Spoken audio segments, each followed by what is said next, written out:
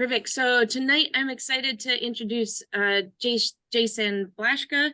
I met Jason at a Prescribed Fire 101 workshop that Placer RCD hosted in Applegate and learned that he's putting together a bunch of cool equipment to manage his land in El Dorado County.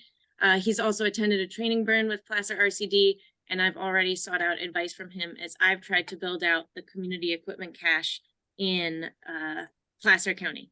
So without further ado, Jason, I'll let you introduce yourself and go ahead. Great. Well, thank you for letting me come and talk to everybody. I'll be the first person to tell everyone I don't know everything. I'm new to Prescribed Fire, so if you have ideas or things I can do to improve what I'm building, I would certainly entertain hearing them. I hope you find this evening to be productive and time well spent. I'm really going to talk kind of about my thought process in putting this together.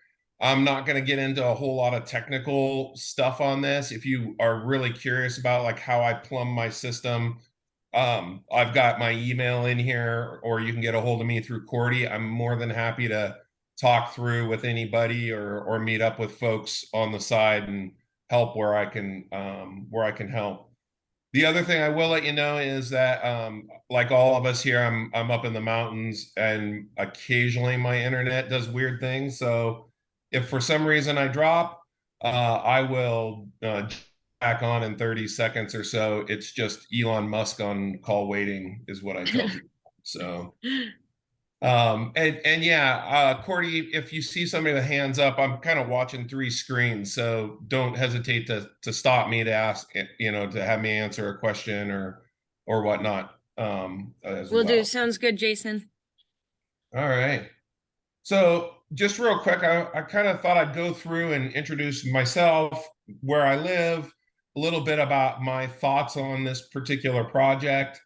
And then we'll go into like, what I looked at and then what I decided to build, and then kind of some last thoughts that I have as I've been putting this together.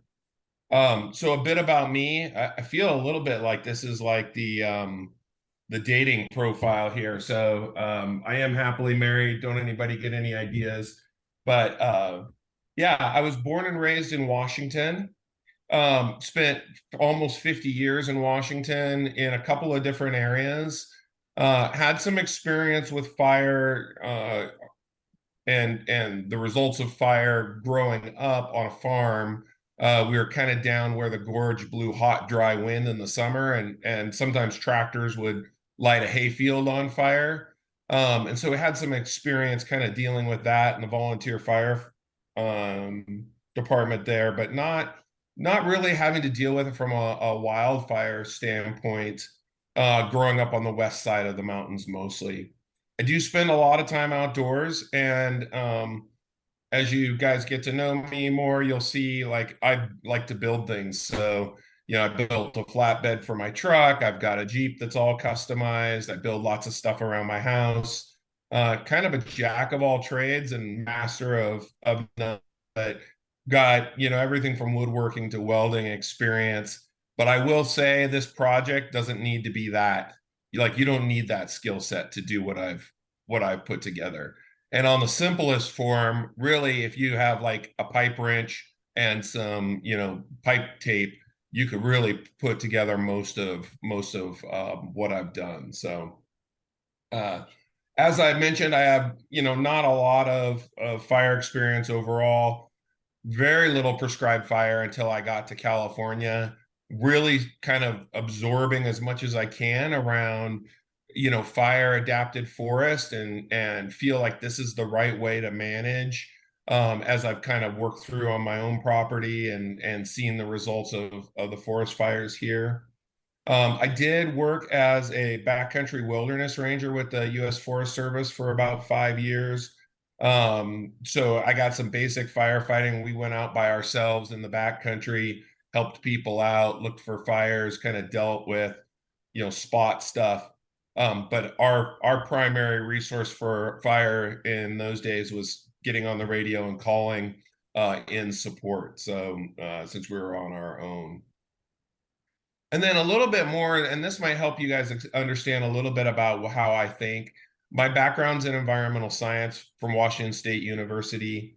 I got out of school and realized I didn't want to design stormwater or septic systems, and so I decided to go into work as a tower climber, and that led me to a career in health and safety. So I've spent the last 27 years in environmental health and safety work and risk management.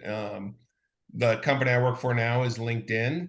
So I handle a lot of the health, safety, risk, employee risk, travel risk, and all of those kinds of things nationwide, actually all of North America. And previous to that, was doing the same thing for a security company traveling the globe. And so I have a kind of a unique look at risk and risk management that I when I go forward with things, I want to control that risk to the extent that I can. Wanted to talk a little bit about my property just so you kind of know where I'm coming from as well. In this photo, you can kind of see my house. It's not actually the little house symbol, but if you look next to the pond, just to the left of it, you'll see a structure. And then as you go up the screen from that, you can see another little structure that's a apartment garage. And then the bigger structure with the white roof next to it, that is my shop. And then the barn is off to the side. I have neighbors to the east of me, and then 193. Eventually, you come out to 193, or sorry, 49, and then to the south of me, I've got a kind of property, and then a property to the north. But really, to the west of me is all what I would say second growth. It's managed as a TPZ currently. Um, so there's no houses in there. It's really, I walked up there, actually have it for sale if anybody's looking. Um, but it's really not been managed from a forest protection process at all. Like there's a lot of, I would say, high fuel loading. There's a lot of stuff down. There's a lot of transition fuels. There's, nothing's really been cleaned up. There's never been mastication work done on it. There aren't natural fire breaks or created fire breaks, really. And it's that way for a long section of space. So there's quite a bit of danger to me, I feel like, on that side of my property. Making it worse is my property transitions uphill on that side. So if I ever have fire come from that way, I feel like it's going to be moving fairly fast coming through. So I do have 4 buildings here that I'm looking to protect, and really the property itself. The property at one point in time was really well maintained. When I moved in, an older gentleman had owned it and then passed away. And so the last couple of years, I don't think the property was maintained quite as well.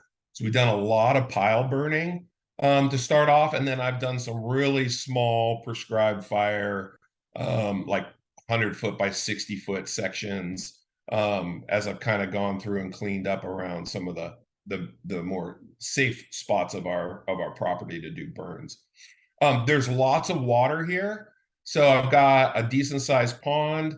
I do have access to the irrigation ditch. I pay for that. We get water through that from May through October.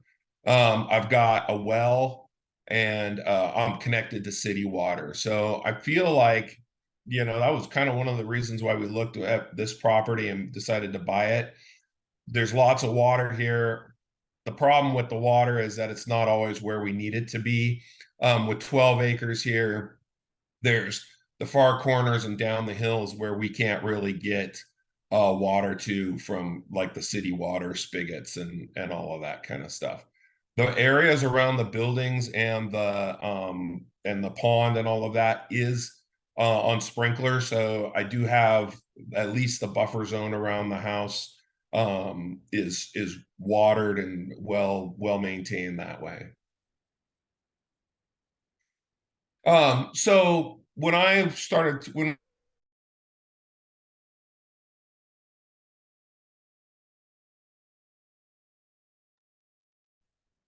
defend. Hey, Jason, I think you froze up a little bit. Could you start this slide over? Yeah, absolutely.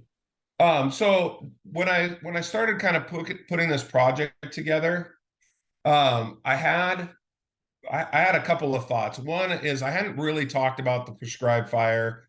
The first place that I was exposed to that was actually at the Blodgett Preserve, right after I think we moved in here, and then 3 weeks later we were evacuated for the mosquito fire. So my brain was going, okay, how do I mitigate risk, right? And then we went to a class at Blodgett Preserve, which is ran by UC Davis, and they talked about the areas, and we actually got to go drive through places where the forest hadn't been managed at all, and then places where they had used prescribed fire. And the difference in the amount of burn that went through the areas with prescribed fire was so shocking. In some places, you almost couldn't tell that fire had come through there. And I was like, this is what we have to do. I told my wife, I'm like, this is where we're going. And then, of course, we're talking about fire and fire on the property and neighbors and all those things. And I said, okay, I need to make sure that if I have fire and we're doing prescribed fire, I have a way to put it out. And so that kind of started this whole process of how do I build out some sort of fire rig to support doing prescribed fire in a safe way. So a couple of things that I thought about was I wanted to have between 200 and 500 gallons. I think 500 gallons is probably more than I really need, especially considering the water sources I have on my property. 200 gallons would be more than sufficient. It needs to be easy to use, right? And easy to store, easy to maintain. We use this stuff when we have time to burn, and then we put it away and it doesn't get used for a while. So I want it to be reliable and easy to, kind of winterize and store when it's off season for burning. And then obviously, cost is a factor. I just moved down here to California, been a little shocked. Cordy and I were talking about power bills and all of that. I've been a little shocked at some of the expenses here. Not that Washington's a cheap place to live, but I wanted to really, minimize the expense, maximize the benefit of it.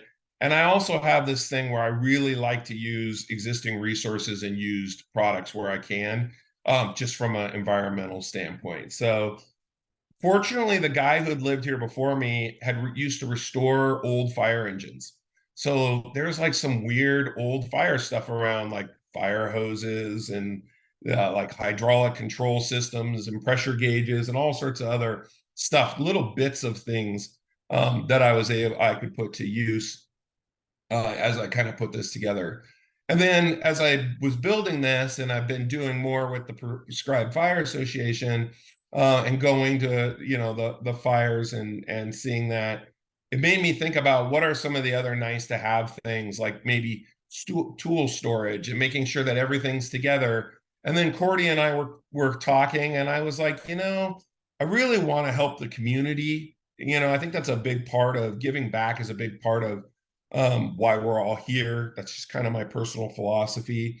So if I build this, how can I build it in a way that maybe I can loan it out and set it up for other people to come by and get. And if I do that, then what do I need to do for all of that? And then, I'm not going to say that I never thought like, oh, this will be set up, I can use it to defend my property. But I'm really not building this for firefighting wildfires. I'm building this to support prescribed fire. And I made some decisions around, like pump capacity size and some of those kinds of things, around really the fact that it is there to support. It's another tool to help, create a safety buffer, reduce risk, but it's not there to put out a wildfire that's gotten out of control. So it's not an excuse to be irresponsible with prescribed fire. So the first thing I did was like, okay, well, let's see what's out there, that I can purchase. And, having been with the Forest Service, I knew about like the slide in brush truck beds, and all of that kind of stuff. And I just kind of looked those up and I was like, wow, these are really cool. And they have a lot of features and you can add foam to them and all this other stuff. And then I was like, wow, they're also like $6,000. And that doesn't include hoses, doesn't really include all the fancy widgets and all of that kind of stuff. And so when I started really looking at some of those, and I looked at like Q-Tac and Skeeter makes a kit and some other folks, I was like, wow, this is pretty outrageous. I could get to 10 grand pretty easy in this, and I don't need to. I'm not going to be fighting wildland fires with it. Of course, I will say that I am an adult child, so obviously the thought of being able to be rich enough to buy a Skeeter brush truck would be awesome, you know, like 40-inch tires and be able to go run around in the woods and help put out fires. But that's kind of irresponsible, so not going down that road. The other issue is, you know, lead time. You know, these things can take a while, especially in fire season to get. My wife may divorce me if I spent that kind of money on this, although she's all about fire protection for the property, but I've got enough other toys that I put money into that I can't spend that on this kind of thing. Um, Lots of really cool stuff and lots of really good ideas came out of looking at some of this, like how to, you know, do the manifold so that I can pump water back into the tank, not just water out with the same pump. A lot of those kinds of things. Some of the ideas around how to build it on a pallet so that it was removable was also kind of came out of this, looking at what was commercially available. So what I decided was look at what I already have around and really start to build this out. Now, I have an older four-wheel drive flatbed truck. I use it, I call it my wheelbarrow. In the summertime, I put a 50-gallon water tank on the back of that, and it's got a 12-volt pump. It's that thing, I can't tell you, I think 4 times I've used it to actually put out like fires on the side of the road where somebody's thrown a cigarette butt or glass out in the window and it's caused a fire. And it's handy for like when I'm out doing, you know, any kind of activity, chainsawing or cutting brush or any of that stuff. I've got water right there at the truck and then it'll run a garden hose. But that really isn't sufficient for kind of what I was looking at. And I also didn't want to have a unit that I slid into my truck and then was hard to get in and out. And it ties up my truck because I use it for, you know, getting hay and doing all sorts of other hauling firewood, doing all sorts of other stuff. So I actually had an old military mine's an 1102 trailer, but it's the same thing, the 1101 or 1102 trailer. These are kind of the modern version. They were designed to be towed behind a Humvee and track the same. They're pretty cool. So you can see in the photos, there's all sorts of rotating tie downs in the inside of the thing. They're aluminum body. They have a chromoly frame. There's no way that you can kill one of these things in civilian life. It's got, you know, some cool lights on it too, and all of that. It's also got 37-inch run flat tires. So if you know tear up a tire, you can still drive on it. It's got stabilizer jacks you can see in that bottom right photo. So you can actually set it up. And if you look at the bottom left photo, you'll actually see the weird little rental ring that's on it. The other thing that these trailers have is surge brakes. So they're designed so when you have a load, as you slow down, the trailer kind of pushes in the hitch and that engages brakes on the trailer. So it makes it very controllable. And it also means that you don't have to have an electric brake controller to slow this trailer down. And then last thing is they have parking brakes on them as well. There's 2 levered handles. So once this thing is like stopped, you can disconnect from it. You can actually lock the brakes. The thing isn't going to go anywhere. It was really designed to be a stable platform, which is kind of cool. And as long as you like tan or brown or green or black, there's lots of color choices for you there too. Uh, One of the things about, putting a lot of water on a trailer is 8 pounds a gallon roughly for water. It's pretty easy to get a lot of weight. So the 1101 and the 1102 are really the same trailer. The 1101 is military designated for less capacity, but it actually can carry more than what it says on its data plate. The reason they did the difference in the military between the two trailers was for the vehicle that's towing it. That's the only difference. Otherwise, the trailers are exactly the same. And I think this trailer, if you look, max gross weight is 3,400 pounds. It says 1940. I think my 1102 is rated at like 3,200 pounds of actual capacity. So that's a lot of water. It's a lot of pumps. It's a lot of gear that you can throw into it. I've had the thing easily loaded to 4,000 pounds of gravel and stuff, and never had an issue with it. There are some disadvantages with these trailers. One is if you buy it like from an auction site, which is a really cheap way, you can get them for like $500 through like GovPlanet or some of those. You do have to convert the wiring to 12 volts for your trailer, and you'll have to convert the trailer tongue or the light plug. So you have to know how to be able to do that.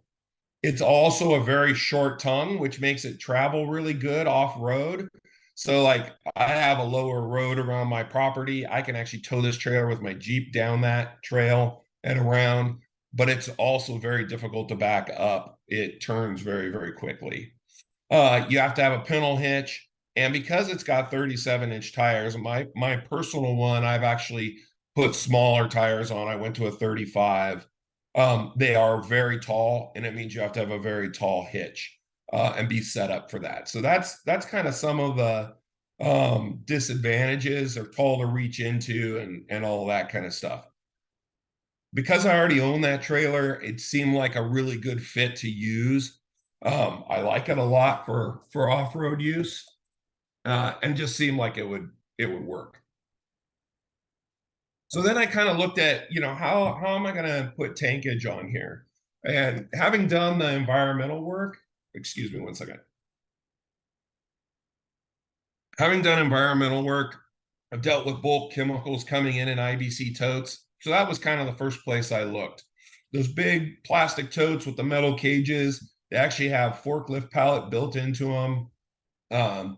Those are really set up to buy for like $50 to $100 on Craigslist. Sometimes you can get them free if you know a company is trying to get rid of them. They hold 275 gallons, and they already have a 2-inch valve on them and the fitting for them. So that's great. The trailer I have will fit 2 of these. And I bought mine here locally in Sacramento for $50 each. So it's pretty easy. And then for the pump, I'm running that Homelite pump that's on the bottom right now. I already had it, so it didn't cost me anything. It's 140 gallon a minute, which you're never going to actually use because you're controlling with a nozzle. And it's got a fair amount of lift and head to it, which is good. The thing I don't like about this pump is that I don't think it's as reliable. I've had some issues where I've had to rebuild the carburetor, even using like ethanol-free fuel stored in it and all that kind of stuff. So I did order the Honda pump. That's a high pressure pump up on the top. I did a lot of research into sort of what was the right size pump. My current pump has a 2-inch inlet on it. The Honda's only 1.5 inches, but the plumbing will still fit the same. It's actually better to have a little oversized plumbing there so that the pump's always got what it needs on demand. The pump is probably the biggest expense that I've bought, single expense that I bought. And that was $700 online after taxes and everything else. But that Honda pump will start every time. I've had good luck with their products. The other thing you need to think about is how are you filling this, right? So if you're going to fill 275 gallons with a garden hose, you're going to be at it a while, which is fine. You can totally do that. You might have access to irrigation, great way to fill. You might be able to, and you have to check, you can't just tap into it, but you might be able to check with your local fire department, get access to a hydrant, and all of that kind of stuff. Most of the fire departments around here are pretty helpful, I've found. At least my local fire department's pretty helpful when you start talking prescribed fire. I've had them, offer to show up when I go to do a bigger burn. So then I kind of looked at, after all of those things, the major components, what else did I need, right? So I'm running 2-inch line on pretty much everything and then necking down. So I made my own manifold that's got, control valves on it so that I can bypass the inlet flow and then basically make the pump work in reverse so I can hook up a hose and fill from my pond if I needed to. And then I also just will throw this out here. PVC is much better to work with than ABS. ABS is not very good in the summertime. It breaks down in UV very quickly. So if you build something, I recommend PVC or CPVC to build it all with. And then, think about what are the spares that you need. You're going to need a garden hose, to run off of your pump at the very minimum. And, getting set up like that, you could throw an IBC tank on the back of a truck or in the back of a truck or on a trailer very, very cheaply. You can put the basic plumbing and pump on, and you could run a garden hose off of that. And either of those pumps that I showed will run 200, 300 feet of garden hose, no problem, all day long with lots of power to spray. If you want to get into something more, which I really did, then I recommend that you grab fire hoses, right? And set that up. And I have to laugh. I have 3 fire hoses here. I've got like 150 or 200 feet of fire hose. Every single one of them has a different fitting on them. So I've had to readapt those over so that they're all consistent and the same. Cordy did help me out. I asked her for some information. That's how we kind of started talking about this, around what's the equipment that you would use normally for the fire department to connect to, because that was something that was important to me. Is I really wanted the fire department, if they needed a water source to protect my property, to be able to have that access. And if I have 2 tanks in the back, I'm giving them basically 500 gallons of water to be able to pull from on my trailer anywhere on my property. So I didn't want, when I built this, I kind of set that up that way. I also ordered a, manual hose reel and some heavy duty garden hose and some of that and everything else. So I'm all in on this right now, about $1,600. And that's with $700 in that brand new pump, which I could have saved some money to go used on potentially. And that's also with, I've added a 12-volt water pump for filling backpack fire pumps and some of that other stuff. Kurt, are we doing okay on time? Oh yeah, you're good, Jason. Okay. So kind of wrapping up, my whole thought process was really around gathering the data for what I needed, kind of assessing what was there, building this out. And I had actually hoped to have this done and have a video of me testing it, but the recent snow we had kind of curbed I didn't get the trailer moved out from under my barn, and now it's a little bit snowed in. So that kind of curbed some of my building for a couple of weeks. And I got to put the snowblower and the shovel to work instead. So I'll finish up the build, get the test done. One of the things that I'm a little concerned about, especially with surge breaks, is what happens when you have 150 gallons of water in the container and it's sloshing back and forth. Does that make the trailer unsafe to drive on the road? For me, around my property, doesn't matter. I'm going to drive 5 miles an hour, towing it around the property. It doesn't matter for that part of it.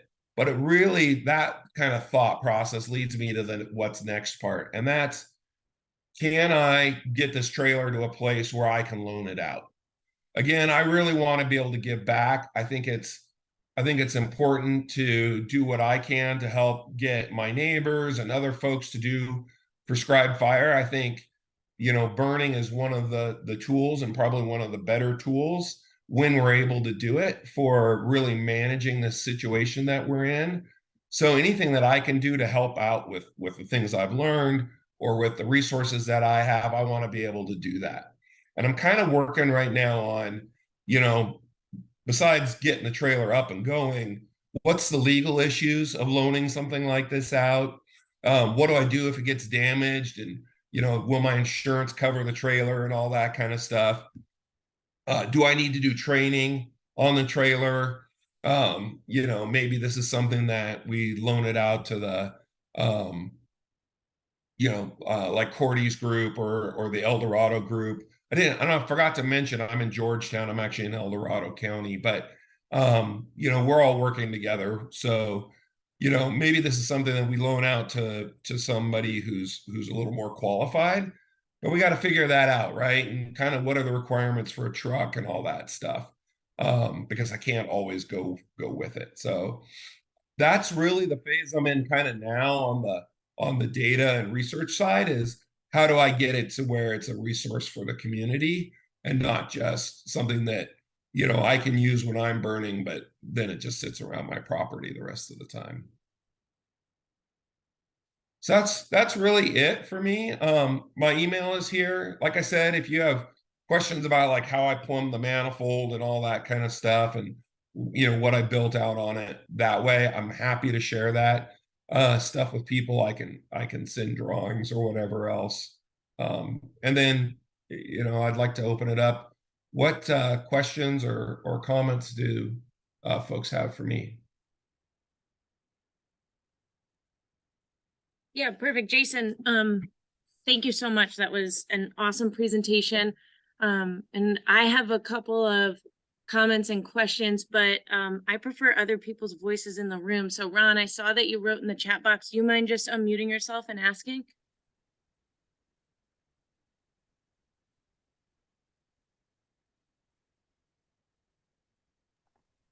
Yeah, hi, Jason. Thanks much for all that great information. From which vendor in Sacramento did you buy the IBC tote? And was it pre-cleaned, or did you have to clean it out? Yeah, so I did. I paid a little extra for the IBC tanks, because I did get well, I would say pre-clean, but there was still some material in them. I made sure that when I bought mine, I bought food grade one, so that I knew that it wasn't anything nasty that was in it. And the vendor I got it through was on Craigslist, so I don't remember the company name, but I probably have it set up I probably have that information somewhere. Okay, thanks. And then, I was been looking around. It looks like the big 250, 275 gallon totes are the least expensive. There are smaller totes, but they're much more expensive. And I have a four-wheel drive Tacoma, and my payload is 1685. So it doesn't make sense for me to use a 275 gallon tote, because I'm never going to fill it up. So I'm just wondering if you have any thoughts, if you looked around for smaller capacity tanks. Yeah, so you can get I know you can buy smaller tanks. Like, you can go to Tractor Supply and buy a poly tank. The tank that I use on my truck is one that's commonly used for agricultural spraying. And it's a 50-gallon. And I just have it set up so I can slip it up. It ties to the headboard on my flatbed truck. And then I have a rear mounted winch that's got power, and I just disconnect that and run the power for that to run a 12 volt pump for it. So, but you could run a gas pump or anything else off of that as well. Okay, thanks. Awesome. Thanks, Ron. Hey, Matt. And Ron, it looks like Matt threw some stuff in the chat about IBC totes. Matt, do you mind asking your question verbally?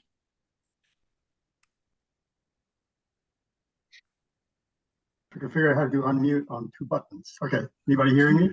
Gotcha, yeah. Hey, yeah, that's great. Hey, Jason, that's great. What you've put together and the thinking, I really like it. I'm an engineer, so I get into this kind of stuff also.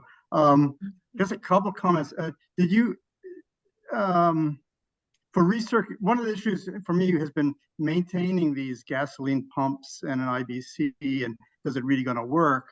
So I put in a recirculation, so the pump pumps out of the tank and then flows back in with a hose. Do you do something like that?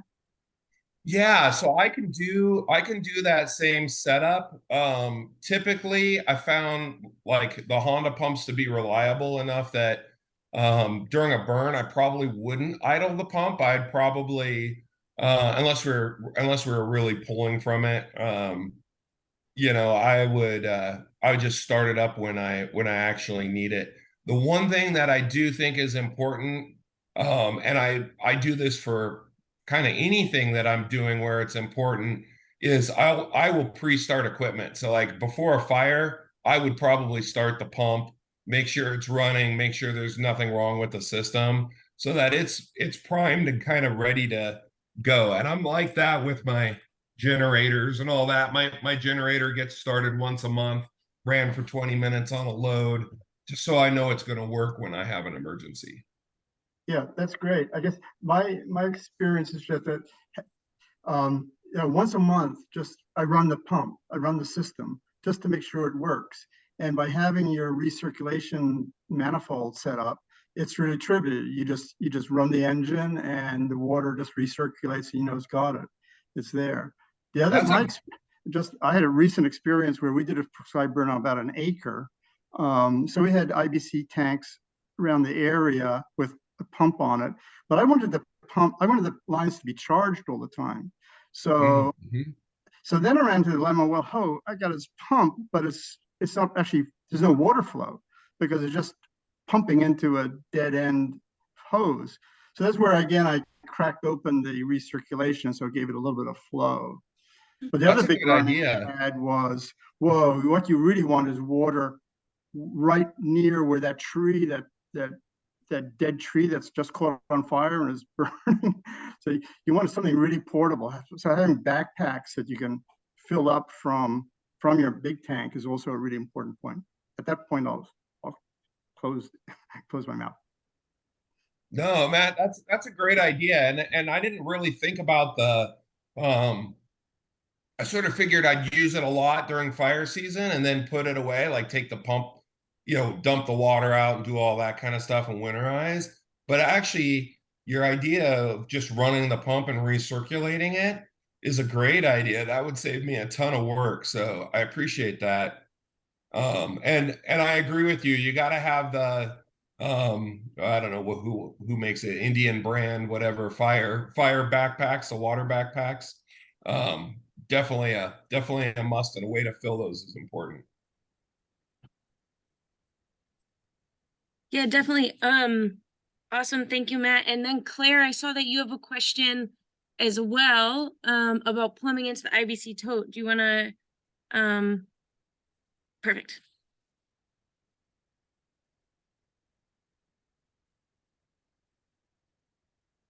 Everybody, this is actually Ben.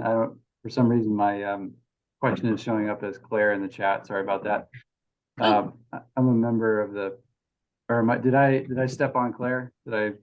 No, I don't know. Okay. I'm a member of the Prescribed Burn Association in Calaveras County. And Jason, I really appreciate your presentation. Now I don't have to reinvent the wheel. So thank you. So I was thinking about getting an IBC tote as well, but I was a little nervous about how it would be to plumb into the outlet of the tote. And I was curious like how you did that. And you mentioned you had drawings and maybe some details of that, but I was curious if you ran into any problems with the if there's like weird threads on the IBC tote outlet or anything like that, or if it was pretty straightforward. Yeah, so it's funny you mentioned the hose threads, and I meant to mention it in the conversation. You do have to pay attention to the threads. there is international pipe thread and there's international hose thread. And you have to make sure you know which one you get. Otherwise, you're going to get leaks and other kinds of problems. It's pretty easy. If you buy an IBC, you go to an irrigation company, they will help you get set up with all the fittings you need and everything else as well. I haven't actually written out a parts list, so I will write out a parts list and I'll put the drawing in some sort of digital format and I'll send it to Cordy and she can share, or feel free to copy my email. I'm really okay. Like I said, I feel like sharing is caring. And so drop me a line, I'm fine with people having my phone number or whatever else. I trust all of you. Cordy vouched for everybody ahead of this call. Totally. So yeah, but anyway, yeah, I'm happy to share all of that stuff. Okay, thanks. I appreciate it. Perfect. Oh, I see a also, note. go ahead, Jason. Yeah, I see a note on the metric. Yes, you can't, but you can also get plastic or PVC fittings that go to that and adapt over. And then once you go to the 2-inch pipe, you can come off the 2-inch pipe to anything you want. One thing that I did do is I tried to make sure that everything's mounted together. One, so it's really easy for me to dismount the whole thing. Excuse me. And then two was to really isolate vibration, right? So the tank and the pump and all that are kind of mounted together to avoid some of that problem. I will also add, so I know that I recognize most of the names on here and most of you are landowners. I believe there's at least one person on here that's a lead for a prescribed burn association. Also, if you end up talking to anybody that either works for an agency or an organization that's also trying to build a community cache, I do know that if you're building a slip-on unit and you end up increasing your capacity to handle either moderate or higher complexity burns, and if you're requiring a type 6, an actual type 6 on the burn plan, or if your local fire suppression agency requires an actual type 6, there are certain requirements for a type 6 engine, and I would look those up ahead of time as you build your unit if that's something that you end up wanting to have in your gear cache.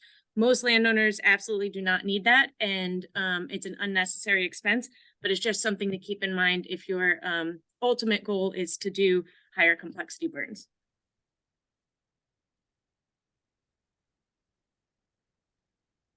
I thought I had another question in here for Jason, but I think I forgot to write it down.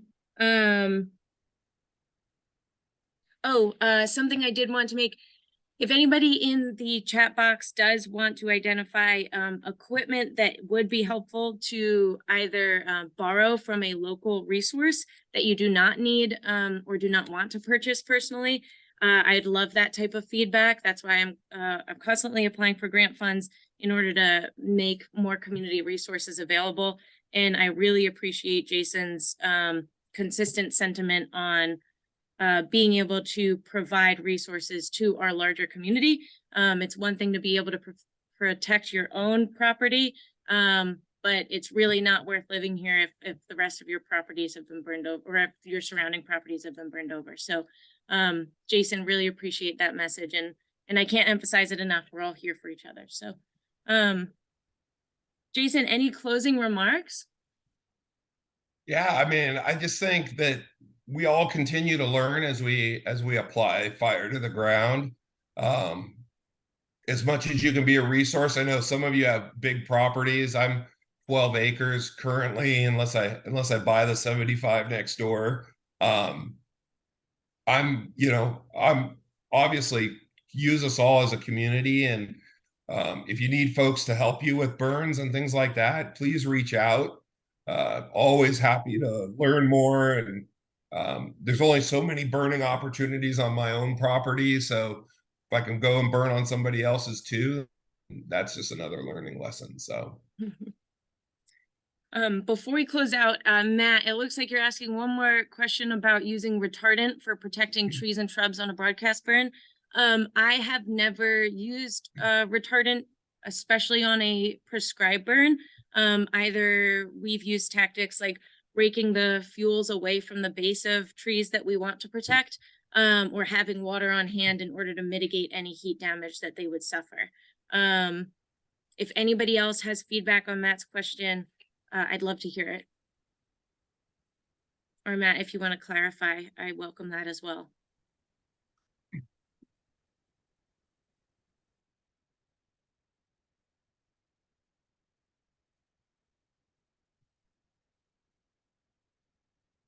All right.